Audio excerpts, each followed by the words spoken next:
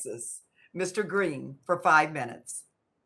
Thank you very much, Madam Chair, and I thank the ranking member as well. I'm very appreciative that we have such outstanding witnesses today to share intelligence with us. This is one of those times when I think we can all agree that the success of what we're attempting to accomplish is going to be of great benefit, not only in terms of interoperability as it relates to fire and police, which is very important because I was here when Katrina hit. I remember how we had the lack of interoperability at that time, and this is very important. But also, I'm concerned about interoperability as it relates to the general public, because there are times when the lines, the means of communication by way of cell phone, they're oversaturated. And that oversaturation leaves the public without an opportunity to ascertain what the salient issues are.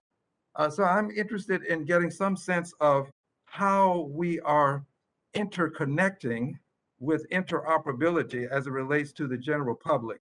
And I'll start with Mr. Christopher Rodriguez. Dr. Rodriguez, your thoughts on the public and how we phase the public into all of this, because many times I'm being called upon and I can't get through to the people that need to know.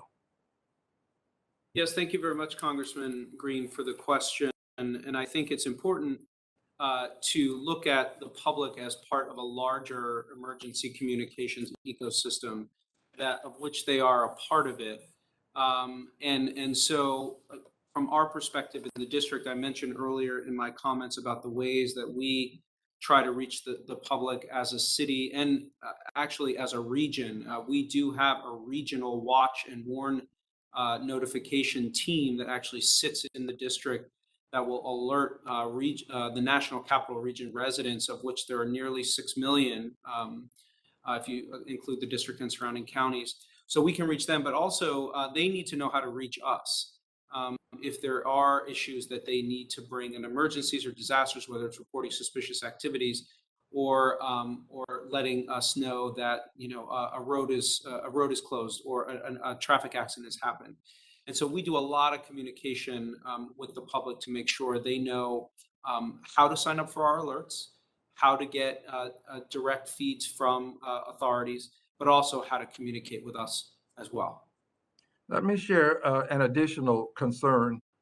When we've had hurricanes here in Houston, I get a lot of calls to my office about electric wires, power lines that are down, and they're out in the street and they're bouncing around. And the public needs to get help, needs to get somebody out to take care of these wires, and they call my office. So there's an additional reason for this. This was the thing that came to mind when it was called to my attention. So that's important.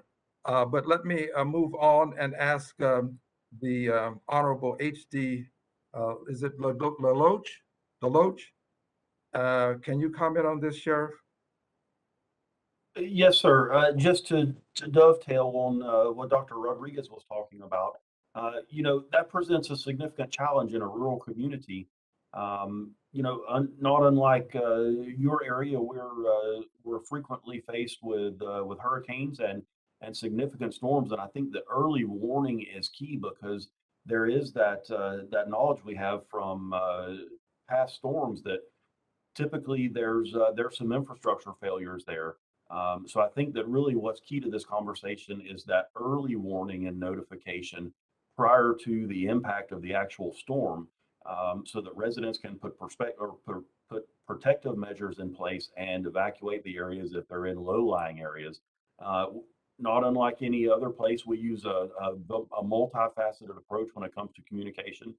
We rely heavily on social media, an early warning system, and also a messaging system and reverse 911 system to push out those messages. But I think there still needs to be some significant work that's done as far as building redundancy and resiliency into those systems so that they function even when conditions are less than optimal. Well, I have about 25 seconds left according to my timer. I don't have the actual timer, so let me just share this thought with you. My uncle was a deputy sheriff, and I attribute my success in life to him because of some sage advice that he gave me. So I want to let you know how much I appreciate the persons who are in law enforcement, fire departments, the constables, the various members of the constabulary who are out there putting your lives on the line to make sure we're safe. And sometimes you go above and beyond the call of duty, even when it's not required for you to go above and beyond the call of duty. So thank you very much. And thank you, Madam Chair, again, for your sage advice that you have given us as we've gone through this process as well. Thank you, everyone. Thank you so much. The gentleman yields back. We do